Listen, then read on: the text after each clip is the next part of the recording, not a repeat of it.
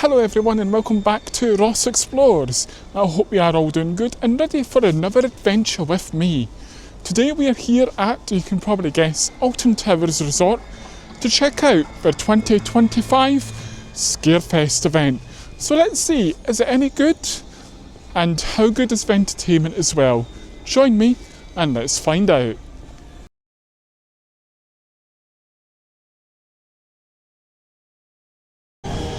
So one of the things that Alton Towers are definitely doing very well is all the different decoration that they do for Scarefest. Especially when you look back at Thought Park, we've got a lack of sort of decoration, and it seems Alton Towers definitely go all out for it.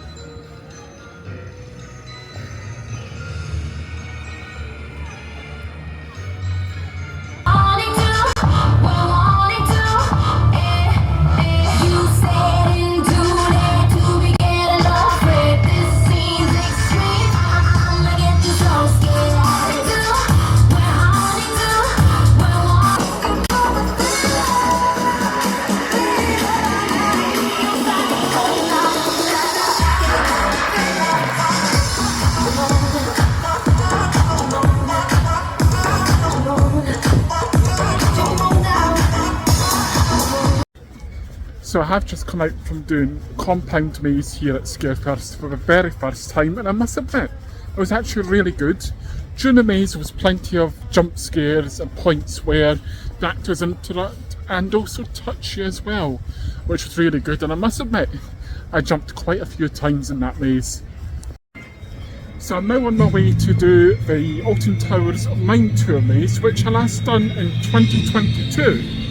And it's got mixed opinions about being back again, so let's have a look to see what it's like this year after I'm in for so long.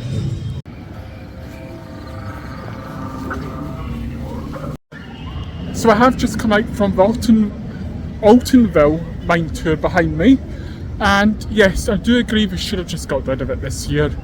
It's too repetitive now, and yeah, it's just too dark to see anything as well. Which I know is part of the maze, but yeah, it's just not enjoyable out of compound at least.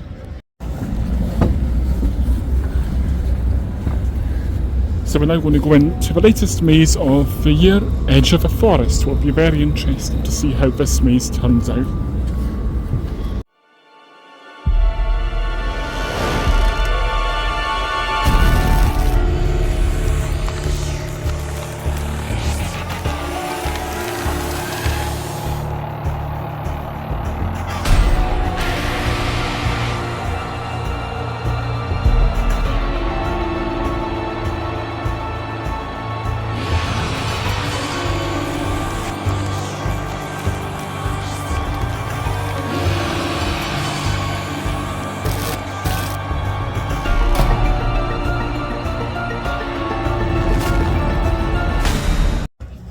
So I've now just done the Edge of the Forest maze, and I don't know, it's confusing, interesting, strange, and to be honest, I've got so many mixed feelings about it, I just do not know how to sum it up quite. Have you done it? What do you think?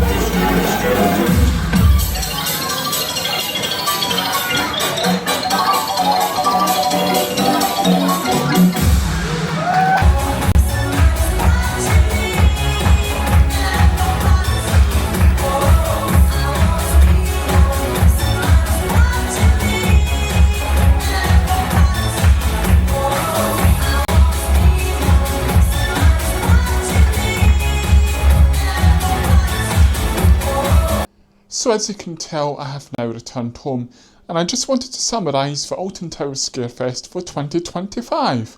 So, entertainment wise, it was very good. The dancing and performances that they do is absolutely fantastic. I think also that might be well to do with the change with the entertainment being outsourced now. I think that has helped a lot in my opinion. I am a bit sad though that there's actually a lack of shows. For each show, I think there's about 2 shows a day. And when you're open to 9 o'clock, that doesn't give a lot of time to perform the shows and let everybody see them, because you might be busy, for example, going out to do mazes, scare events like the scare zones, or even just go out and enjoy the night rides. So for me, I would have preferred if they continued with more shows than they're actually doing. And yeah, that's the only thing I would say about the show-wise. Maze-wise, so I've done the Alton Towers Mine Tour and of Altonville Mine Tour. That was good. I've done it before, and it is now, for me, quite repetitive, sadly. And I think they should have just replaced it this year. That is my honest opinion of it.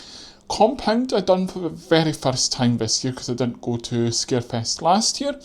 That was absolutely fantastic of a maze. I absolutely loved it. And I wish that other mazes at Thought Park, yeah, looking at you, Thought Park, were as, I was going to say high quality, but also interactive. And yes, it's very touchy and very up close in your face in Compound, which is the kind of thing you want when you go to a scare maze. And then, of course, we have got the Dark Forest. And I don't know how to sum up that maze. It's confusing, but also in many ways it is actually very good. I think the downside for me was I was at the very back of the group I was in. It was quite a large group because it is a popular maze this year. So I feel that I didn't benefit fully from going into the maze if I was maybe at the front or further forward at the front. But I still found it enjoyable, and it's quite nice actually for me that they have got the video interaction, so you can get a video of you going through the maze and it records one part of the maze for you, which I think is absolutely fantastic. And it'd be great to see that kind of technology put into other mazes across Merlin, because I think the interactions you get from it would be absolutely hilarious for some people. And so, the scare zones, I done Burial Grounds, which was good fun, and also the other one, which I now forgotten the name of, but I'll put the name of it up in the video, anywhere up in the video now. And that was also great. I would say for both of them, do them in the dark. Don't do them while it's still daylight, because it is an outdoor scare zone, and I would say it heavily relies on it being dark. So for Scarefest this year, I would have to admit, I absolutely loved it, and I preferred it to Fright Nights. There's something about Fright Nights this year which I can't get my head round, but it just isn't the way you would want it to be, for me anyway, and it feels like I need so much more doing to it now, that hopefully maybe next year we could see Thought Park step up the bar again for Fright Nights. But for Scarefest, if you've not been, I definitely recommend you check it out. If you have been, let me know down in the comments. What did you think of it, and did you enjoy it? So that is all for this week's Ross Explores. I hope you have enjoyed the video. And please do subscribe. I've got plenty of great content and very special content as well, might I add, coming very, very soon. So goodbye for now, and I'll see you all again soon.